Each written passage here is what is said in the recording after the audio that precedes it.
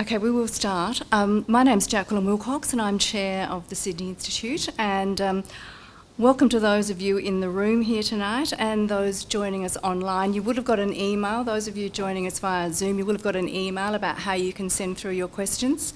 And also to those who are joining us via Sky News. So I'm going to be the Chief Wrangler tonight, and with the people who will be speaking, as you know, are obviously our Executive Director, Gerard Henderson, and who was a student of Dr. Knopfelmacher, and Michael Easson, who, as many of you know, is a former trade unionist, former Vice President of the New South Wales Labor Party, businessman and board member and great friend of the Sydney Institute. Michael will speak first.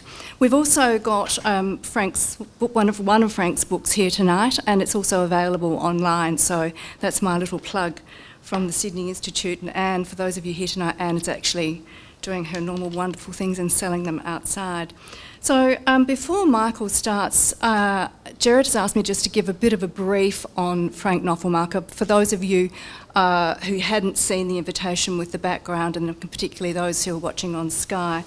So Michael and Gerard are going to go into great detail, much more detail than I, about the period when Dr. Knopfelmacher was at Melbourne University and he made a name for himself as quite a strident and fierce anti-communist.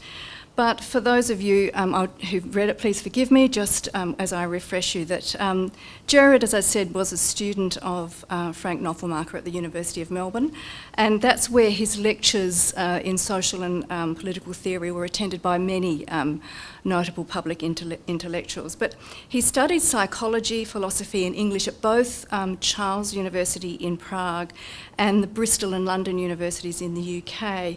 He fled Czechoslovakia twice, the first showing great foresight as a Czech Jew when the Nazis marched in 1939. He headed off to Palestine, where he worked on a kibbutz, was a policeman in Haifa, became a very committed communist, and he was also a great Czech patriot, and he joined the Czech army in exile in Palestine, and of course they were linked naturally with the British Army, and he served in that role in North Africa and then rather bravely again in Normandy.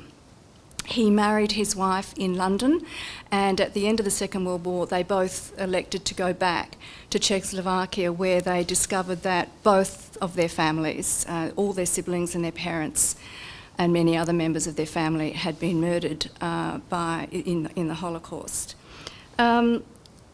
He studied then at Charles University in Prague, and he talked then about the great political university that he was able to watch communism in what he called laboratory-like conditions, and he famously predicted the communist takeover of Czechoslovakia in 1948, which prompted him to leave his country for the second time, and he also left communism. He then became an academic at Melbourne University, and this is the dynamic period that Gerard and Anne both knew him well and helped organise many of his speeches and were clearly great friends of his. His fierce anti-communism prompted him to be denied a place at Sydney University. Many of you will remember that period, and that is the period that no doubt Gerard and Michael will explore tonight. So I'm going to ask Michael, please, to speak first. Michael Easson, thank you. Thank you very much, Jacqueline. I have a case of imposter syndrome tonight because I was asked a week ago, could you turn up to the launch I'm doing at Gerard Henderson's office of this book? That call came from Michael Danby, and later that day I discovered he'd been double booked, and then I got a call from Anne saying, could you do it? So here I am. Frank Knopfelmacher is someone I heard about and thought about as a young man. And when I thought about coming along tonight, my brother Shane said, he is part of our youth. And I remember clipping out all of the articles he published in the Nation Review And that was a political education for me. And I remember giving this valuable archive to a friend of mine who within a few weeks was in an argument and a very difficult divorce. And I wondered when should I get back this valuable archive, and I never did. So I feel it's a great loss. But I was fascinated by Knopfelmacher, partly from doing political science and philosophy at the University of New South Wales, and people like Donald Horne and Doug McCallum and other people of that vintage, and Owen Harry spoke very much about the man. And I remember meeting him. He came over to our place, to Mary and my place on one occasion, and I have no memory of what was said or who else was there at that particular night, but I do recall two great lines of Knopfels. One of them was about Geoffrey Blainey, who launched the book last week in Melbourne, and he was saying, I've been thinking about Blainey, he's not really a racist. Have you been to Ballarat? And at that time I'd not been to Ballarat, and he said, if you go there, that's the old Australia, that's what Blainey identifies with, and so if you go to Ballarat you can understand the rest of what he's saying. So I thought that was interesting. And the other line that he used was politics. It requires two hands. Sometimes the hand of friendship, and on other times, as you're extending the hand, you need to hold your stomach in. And Knopfels, Franta, as he was known to his friends and enemies alike, was a person who had the gift of the gab and a very serious message to impart. And I remember some great lines from those Nation Review articles which still stick in my memory, even though I've not been able to recover that archive. But I remember a reference to Manning Clark, who wrote a book, Meeting Soviet Man. And Knopfels wrote in his article, he met Soviet man and did not find him wanting, which was a marvellous expression at that moment. He also had a great line about Germany getting its revenge on the United States for 2 World War defeats in a row by exporting Bauhaus architects in their thousands. On another occasion, I remember hearing from one of my colleagues in the Cronulla branch of the Labor Party about this interesting intellectual, Frank Knopfelmacher, and he said there was this moment when he was debating the Vietnam War, and his great bête noire was Professor Frederick May of the University of Sydney, Professor of Italian. And May was one of his great antagonists when Knopfelmacher sought a position as a senior lecturer in political theory at the University of Sydney. And May led an opposition of the academics at Sydney University, even though he'd been appointed to this position. It was overturned by the professorial board and eventually the Senate, even though the Department of Government intended to employ him. And debating Frederick May on television, Knopfelmacher said, and if I can reply to the Professor of Double Dutch at the University of Sydney, and it went on like that. Now that gives you a glimpse of this dynamic personality who maybe created 1 or 2 enemies along the way. I found it interesting doing a little bit of research before coming here about that controversy in 1965, and I was astonished by the turmoil that it caused at the University of Sydney and elsewhere. He was a big name. Knopfelmacher was a headline in the papers in Sydney at that time. And why was he interesting? I think I recently was involved in the publication of this book of Owen Harry's essays, and he wrote about his political education, and in this book there's a great piece by Knopfel on his own development. And Owen Harry's coming to Australia as a Fabian socialist found it an interesting country. He wondered whether it might be a bit provincial and boring, but he discovered in the early 1950s the politics was strange and harsh, involving Catholics and communists as major actors in a way that was more European than British. And when I read that piece by Owen, I thought immediately of people like Richard Krieger, who was the publisher of Quadrant, and Knopfelmacher.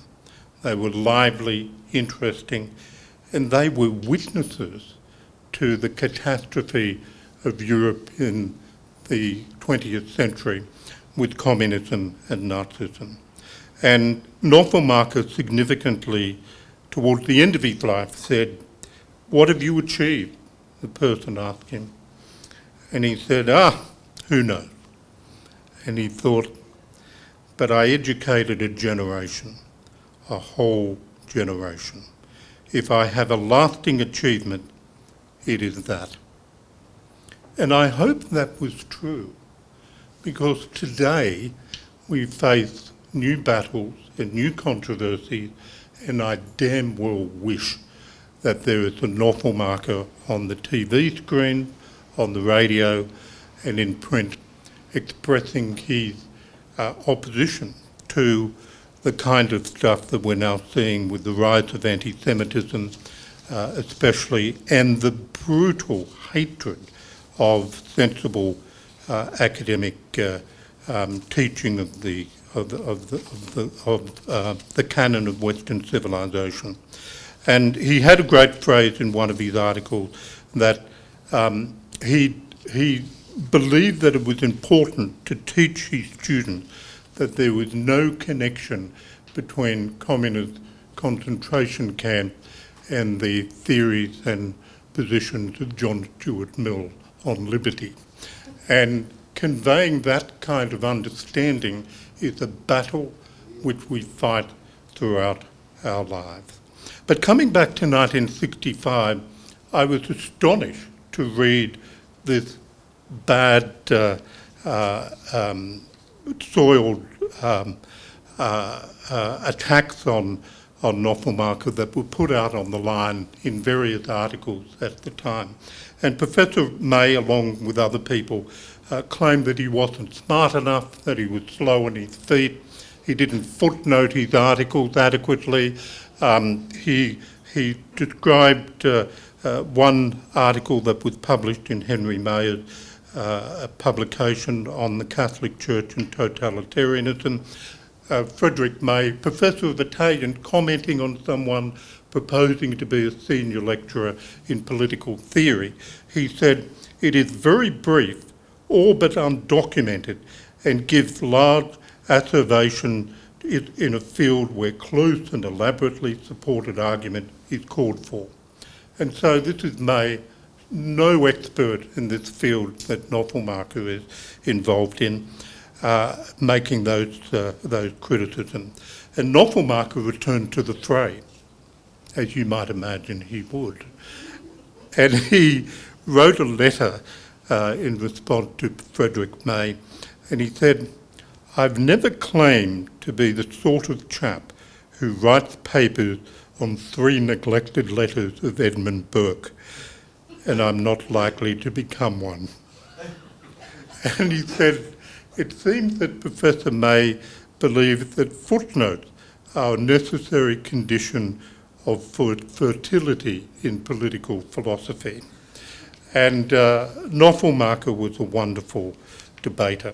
And in this book, we see collected some of his great essays, including My Political Education, and for me the most significant and interesting essay of them all is The Consequences of Israel, that was published in Quadrant in November 1967. You could imagine him writing it very soon after the Six-Day War in June, and then getting it published. And I found this particular article incredible because he made predictions as to what the consequences of the win would be. And he wrote that there would be changes in Jewish political alignments as the left changed their mind on Israel and the Jewish people. For the gentlemen of the right, he wrote, there is nothing to despise among the farmers and soldiers of Israel. Military colleges all over the world will be honoured if General Dayan attends. And he predicted that the left would no longer see the pathetic wandering Jew as part of their alignment, but they would see the tough-minded Israel as a party that they would abandon. He couldn't help it, but Knopfelmacher, whenever given a choice between being deadly accurate and being memorable, never hesitated. So in that article, he had another great line, which was that the Russians must be feeling despair about all that military equipment that they lent and gave and financed to the Egyptians and the other Arab army. It was like giving bicycles to kangaroos. On another occasion, he wrote about Norman Podhoretz, who wrote a truly dreadful memoir when he was young called Making It.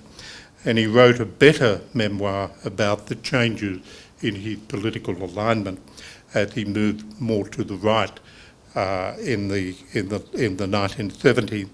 And he had this great line broadly praising Podhoretz, but he said about this book called Breaking Ranks, he said he could not really break ranks because he never marched.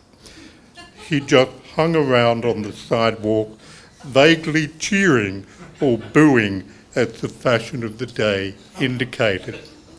Gosh, that was worth reading. I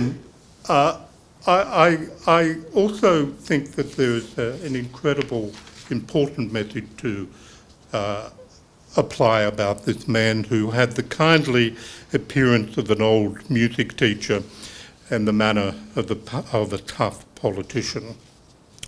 He was controversial, admired and hated, partly because of his anti-communism, but more particularly his effective anti-communism. Before he applied to the University of Sydney role, which was rejected, as I mentioned, he'd reached the end of his salary scale as a lecturer in Melbourne and was never promoted. And in a review of a book published by Sidney Hawke, one of the great philosophers, the head of the philosophy department at New York University, Knopfelmacher made the point that this man had sacrificed a lot of his life trying to educate the young in proper ways. And that was also a statement that could be made about him. Knopfelmacher, in the last essay published in this book, made this comment about himself. A near miraculous survivor, now of declining years, past 70, he has only one remaining duty: to warn. He made some fantastic statements in the 1970s about the refugees from Indochina. He talked about Australia's obligation, having fought in the Vietnam War, not to allow those refugees to drown like rats. He believed we had a moral obligation, and he wanted to warn us about the nature of the threat that the country faced and the nature of the totalitarian countries that had emerged in Southeast Asia, but he wanted to remind us about our moral obligation. One of his other fantastic notes was about Cambodian refugees, stories about the Thais sending them back and how Australia had an obligation to reach out and find and rehabilitate those people. So Knopfelmacher is a person I heard about, I eventually got to meet. I read pretty well everything he wrote, and what a fantastic person to honour tonight, and I congratulate the family on putting together this book and giving us all a reminder of who he was and a prod to think harder about the challenges we face and what he might have said if he were now amongst us. Thank you.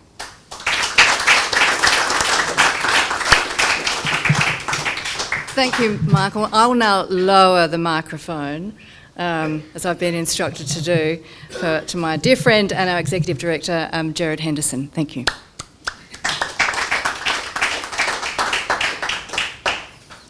Thanks, Jacqueline, and thanks, Michael, for a very amusing and important speech.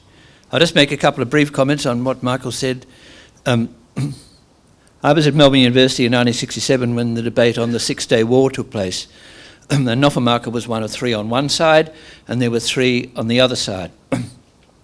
And Knopfelmacher, I'll come to what he said in a minute. I mean, at that stage, in 67, the left at the university and also was very supportive of Israel, but as Knopfelmacher predicted, as Michael points out, he always said that if Israel won, or when Israel won that war, the left would turn against them. And by the time we got to Yom Kippur in 1973, that's exactly what happened, and it's just even worse today. But in that debate, I remember Knopfelmacher saying that he spoke about the Schieffelin plan of the German High Command in the First World War in 1914, which was aimed on a sudden attack on various fronts around the back and taking Paris and the other cities from behind. And he said it was an absolutely brilliant strategy. He said there's one mistake that the German High Command made in 1914, which was for the Schieffelin plan to work, you had to be fighting the Egyptian army, which brought the house down. I've never forgotten it.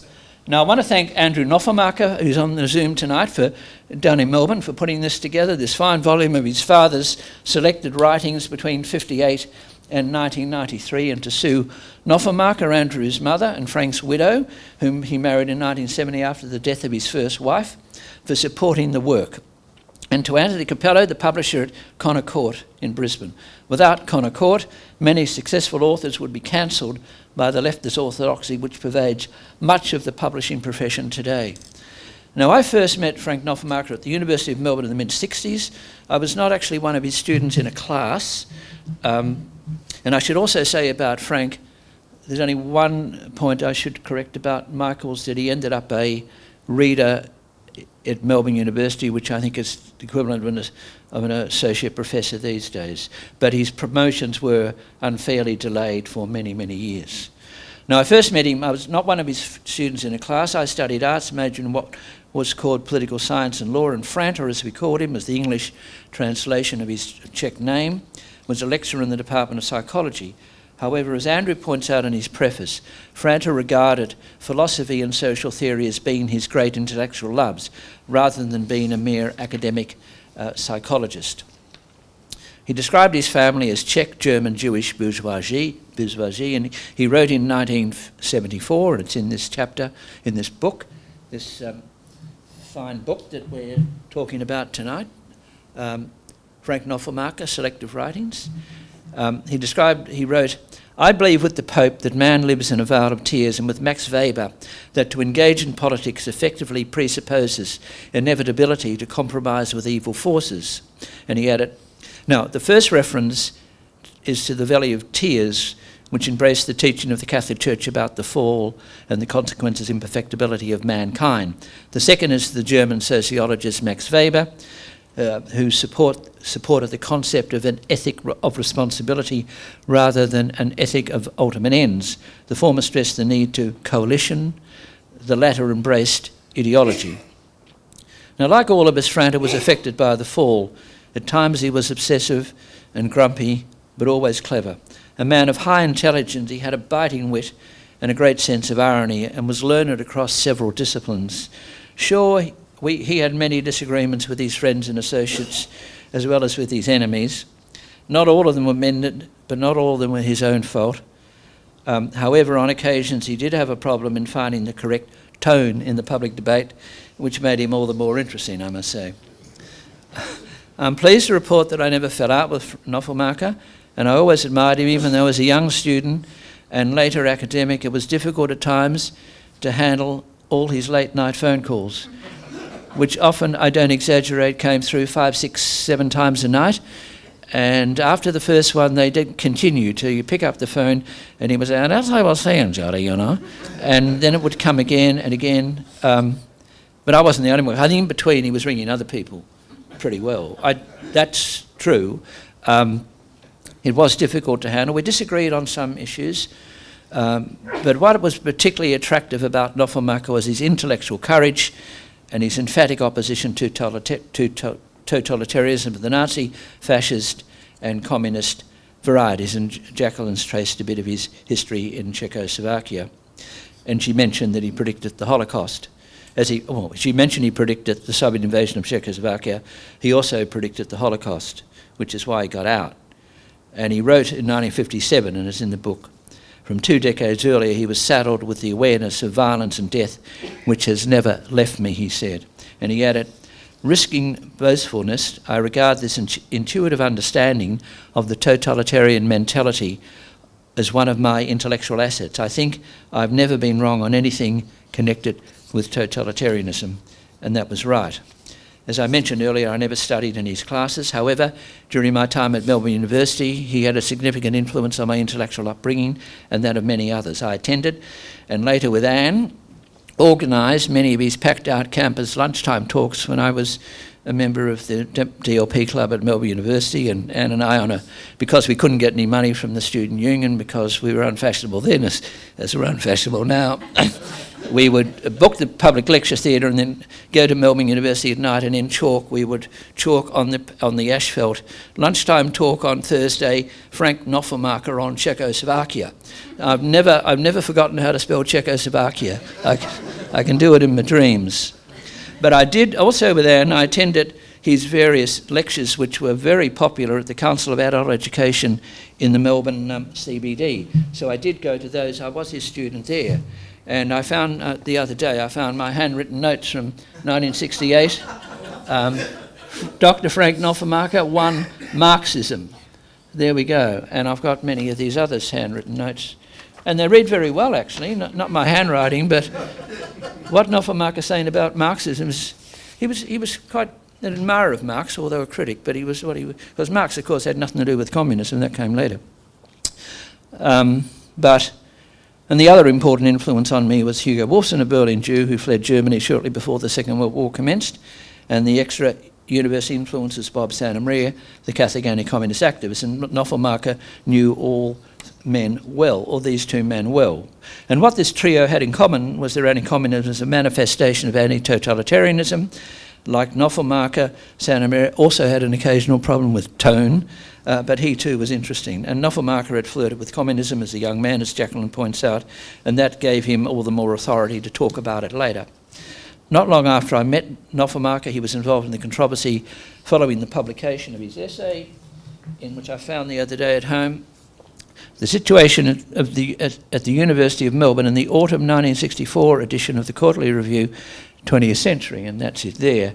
It's chapter 6 in this volume that Andrew's put together, and it was preceded by the essay The Threat to Academic Freedom, which was published in Quadrant magazine in autumn 1958. Now, as Jacqueline points out, Knopfelmacher arrives in Melbourne in 1955 to take up an appointment in the Department of the Psychology Department of Melbourne University. And both essays focused on the influence of the Communist Party of Australia on Melbourne University. We now know that there were communist cells there. Knopfelmacher said this. He was laughed at, but he was right. But he tackled the matter with his devastating prose, and he wrote in 20th Century, for an Australian academic to sympathise with such a Stalinist movement as communism must surely seem either a symptom of intellectual incompetence or moral depravity. And that was correct, but it was unfashionable, and it was harsh. And towards the end of the essay, he said, like rats, they, the university left, wish to operate in the dark, which was also quite strong. But the fact is the communists did operate underground, so to speak. And so it happened, he applied for a senior lectureship in political philosophy at Sydney University in late 64. In early 65, his appointment was recommended by a selection committee in a vote of 3-0 with one abstention, which was a left-wing academic who wasn't in the field of political philosophy. However, as Michael was pointing out, in an improper intervention, the appointment was overturned by the professorial board, and this decision was upheld by the University Senate. This despite the fact that Knopfelmacher had as his referees Professor David Armstrong, Sydney, Professor Boyce Gibson, Melbourne, Professor S. Kroner, Bristol, and Professor Sidney Hook, New York University, all highly regarded philosophers. Armstrong himself is probably Australia's most famous philosopher.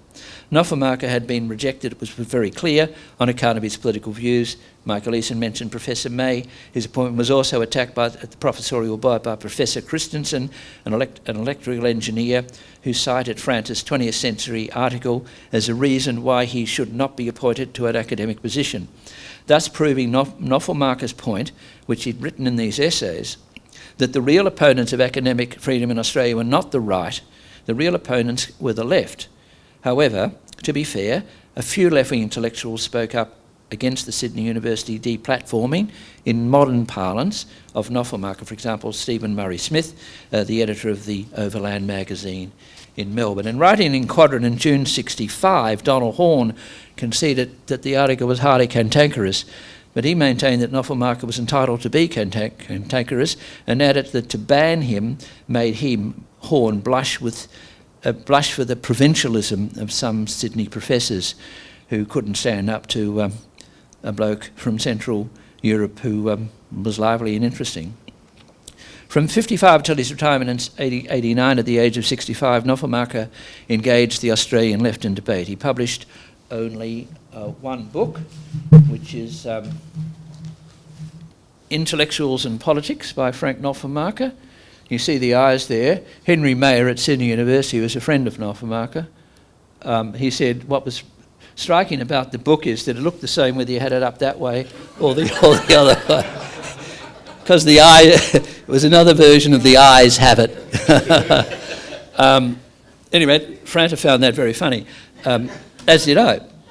But he also wrote numerous high-quality essays and journals and articles in such newspapers as The Age, and in such newspapers as The Age, Sydney Morning Herald, The Australian, and of course Nation Review, which he then, as I recall, was edited by Richard Walsh, a left-wing magazine, but they asked Knopfelmacher to contribute. You don't find that at the ABC today, they're a conservative free zone.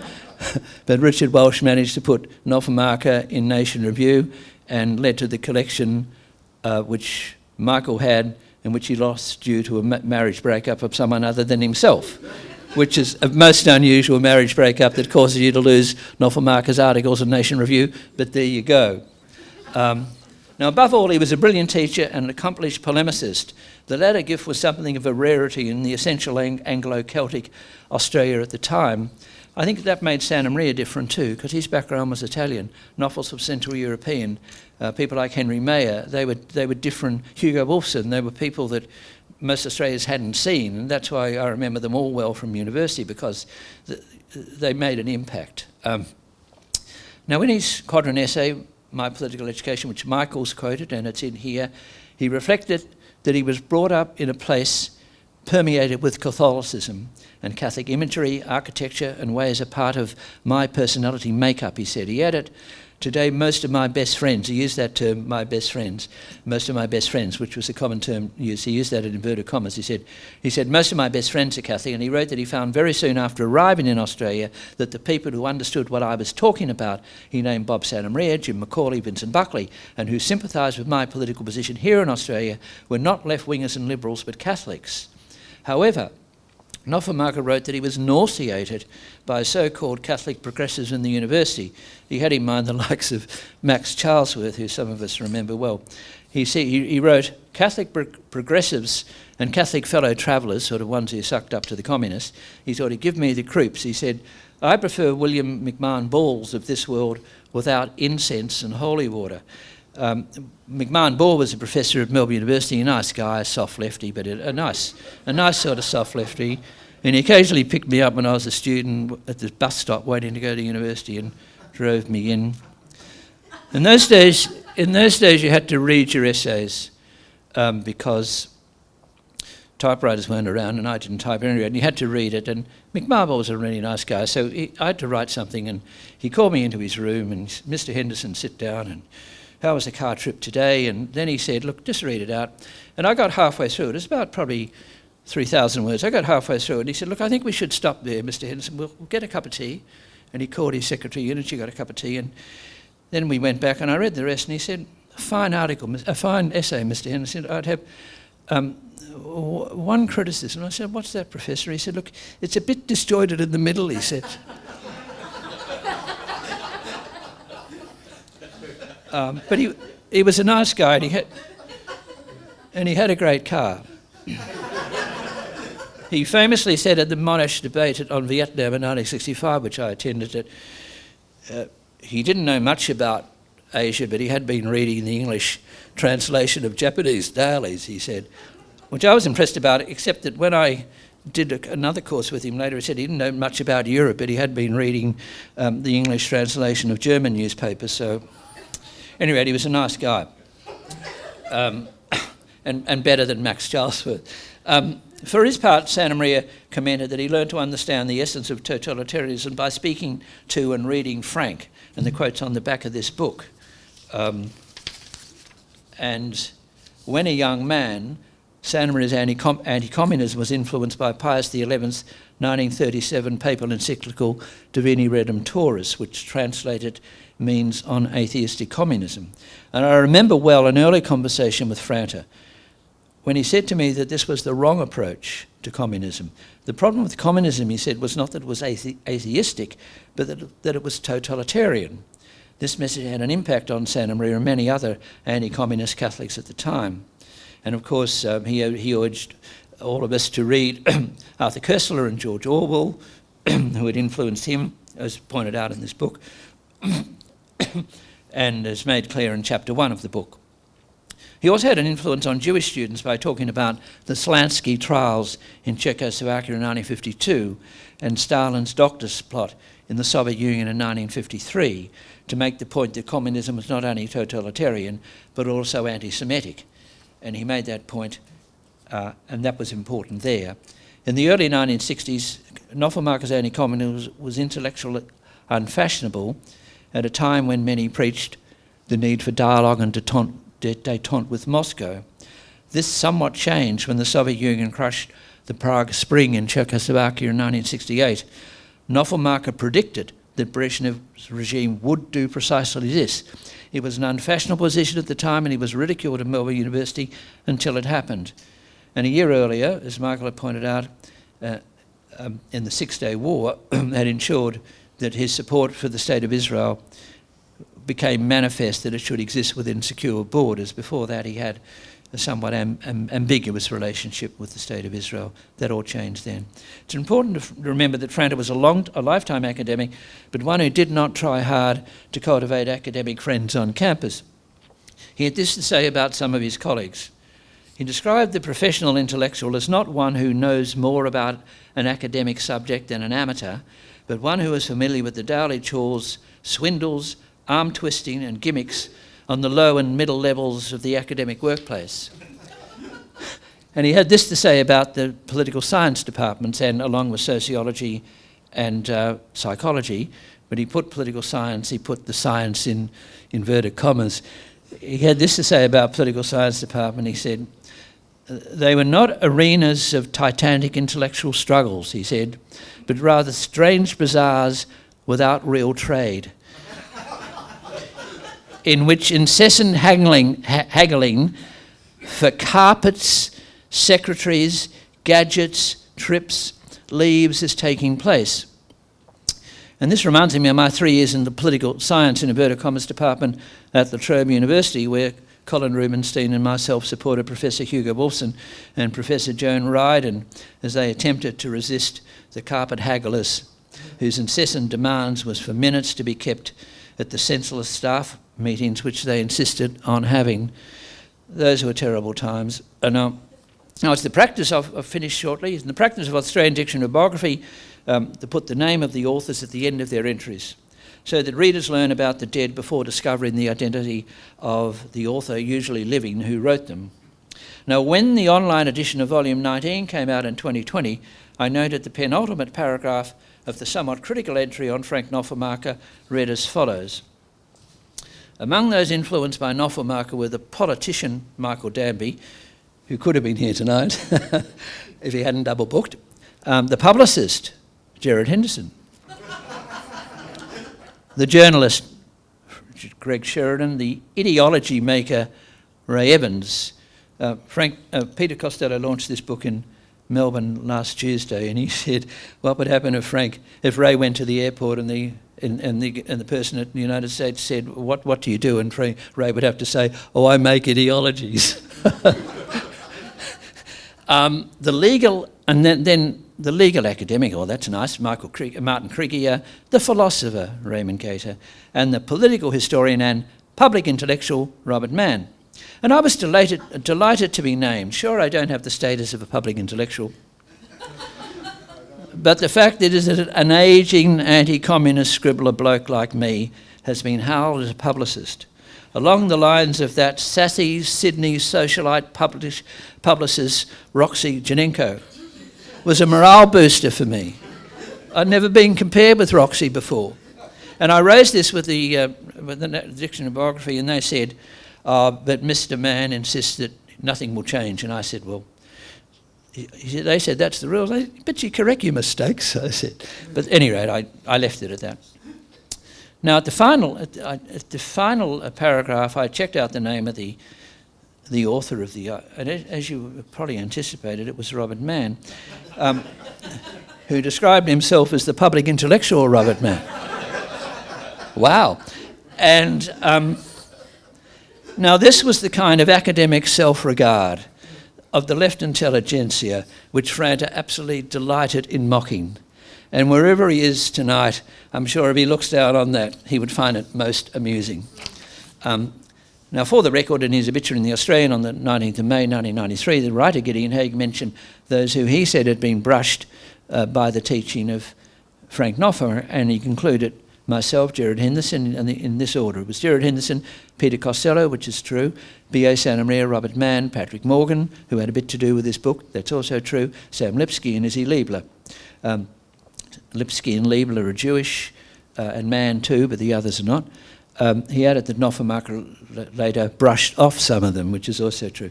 Now, in conclusion, I repeat an earlier comment. What stands out in Frank Knopfelmacher selected writings is Franta's intellectual courage in supporting unfashionable but just causes, from opposition to communism, including the Ho Chi Minh kind in Vietnam, to support for Israel. This entailed that he stood against many of his academic superiors.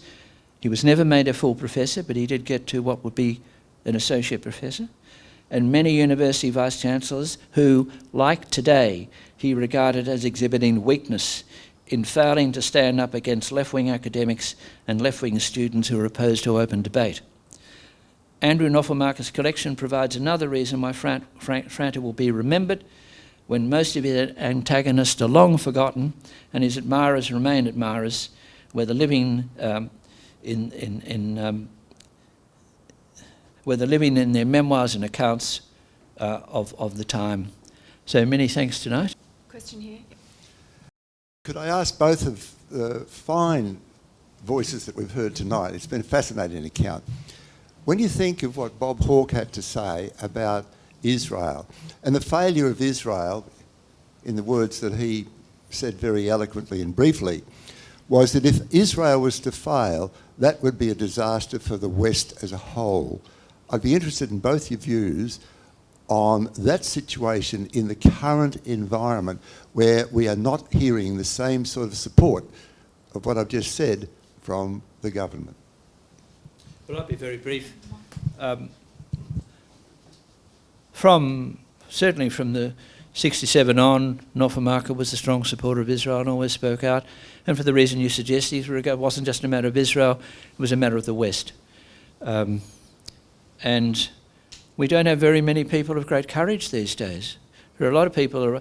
I saw Dershowitz saying on Fox News the other night in the United States that he's upset that Harvard University some of the academics in the law school there are supporting the demonstrators. But he said a number of the people from the major law universities ring him up, he's now in retirement, or emeritus professor, and say they agree with him, but they won't say it publicly because they're worried that they'll be discriminated against on campus. So a lot of people have got their own commitments and whatever, and you can understand why some people won't say publicly what they are willing to say privately. Michael? Look, I agree with the premise of the question that the defence and the continuation of the Jewish state is important for the West and for all of us. So I think that Frank Knopfelmacher was a very strong voice from 1967 onwards. I do think that Australia is better than the United States, it seems, and with the university campuses there, Harvard and so on and so forth, but not tremendously wonderful. I mean, we have a professor of government at the University of Sydney who put on his Twitter account or the X account the flags of Hamas on the 8th of October. We have a lecturer at the Macquarie University who published on her Twitter account and other parts of social media that there should be no safe places at universities for Zionists. And that worries me enormously, that there is a lack of bravery by the university administration.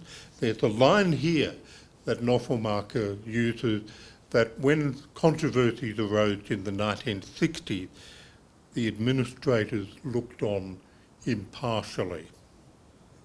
And it seems that today we have a lot of administrators who aren't prepared to tackle the question of anti-Semitism and the madness that we see on university campuses, even in Australia. We have a question down the front here. Hello, Michaela Browning, and can I say thank you to both of the speakers. But I remember Franta as a next generation student of Franta, and he used to come out to Monash University where some of us were studying, and we'd organise for him to come and speak. And even at that stage, so we're talking about the 80s, he was courageous because there would be people that would come and heckle him and other sorts of things, and he would be prepared to stand up and talk about things that I don't think a number of people are prepared to speak with that sort of courage, particularly on campuses today. But he was very happy to engage with people who had different opinions to what he did, and I think that was we saw the value in somebody like that coming and speaking on campus. So I want to say that personally. But my question, and it goes to something that you mentioned, Michael, because I think it's important, and it goes to some of the work you're doing on the Centre of Western Civilization, is that he would also spend a lot of his time with adult education and doing a lot of engagement with young people or adults, formally or informally, just to talk about Marx, Weber and political philosophy in great detail. And he was quite an expert on that, and he loved teaching that. And we've seen a sort of diminishing of people who, have got a lot of that expertise. And I think that there's a legacy there, and I wondered what you make of that lasting legacy and who is there to take that forward now. Well, you wonder whether there is a legacy, because I think every generation has to renew itself and to battle the battles that Gerard was involved in, I was involved in at the universities as well, and Knopfelmacher obviously was. I'm involved in the board of the Centre for Western Civilization, and we're trying to do our bit at the University of Queensland, at Wollongong, at the ACU, to develop a new generation. But you mentioned adult education, and I despair at organisations like the adult education movement at Melbourne, the WEA, the Workers' Education Association here, and the training of young people at universities in nighttime. which used to be a feature of all of the universities. Now it doesn't almost happen. And I think that there's a lot of people, including those who've gone through university, who've not had exposure to Weber or Marx or other theory, who would really be interested in learning about this. So I think that the university sector has, in becoming more professionalised, it's not having the ethic of responsibility about reaching out beyond the hours that you have to teach and lecture. So I think that's a great challenge, and I hope we at the Centre for Western Civilisation can do our little bit to help that. There's a question over here. Yeah. Isn't the situation that's described today just the crowning evidence of the success of the long march through the institutions?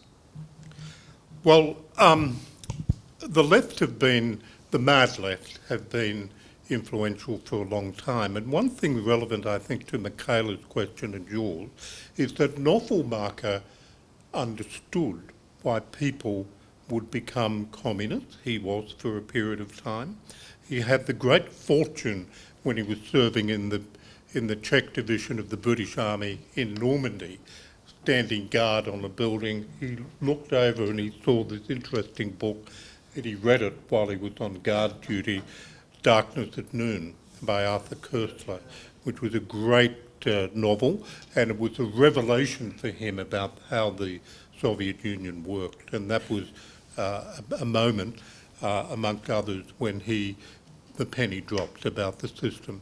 So we can't give up on anyone, and I certainly believe that the younger people today who've got no understanding of the Holocaust, of the Cold War, you talk to my children about some of the things I got up to, they think I must be inventing it. So, Gerard.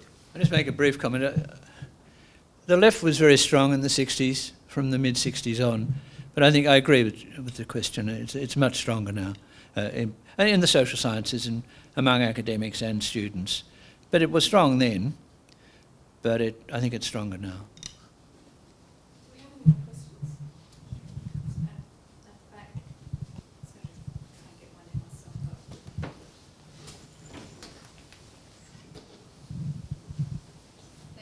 myself. Both speakers mentioned an enviable reputation for correct prediction on certain events in the Middle East and in Europe. Did he engage with government ministers at any stage? He lived through Menzies, I guess, Fraser, Hawke administrations. Gerard would know more than I do about this, but Knopfelmacher moved from being the communist he was in Czechoslovakia. His eyes were open, and he called himself a liberal progressive at one point, and then he, in a profile in the 1960s when all this controversy broke about his appointment, he described himself as a Gatescalite social democrat, a reference to the British Labour Prime Minister. Look, I think he was very influential with Michael Danby, with Peter Costello. He did engage with Malcolm Fraser, and I know he did so in the context of debates on multiculturalism. He was more sceptical about that than Fraser was. But I'm not sure. But Gerard, you would know better. No, I think that's a good summary.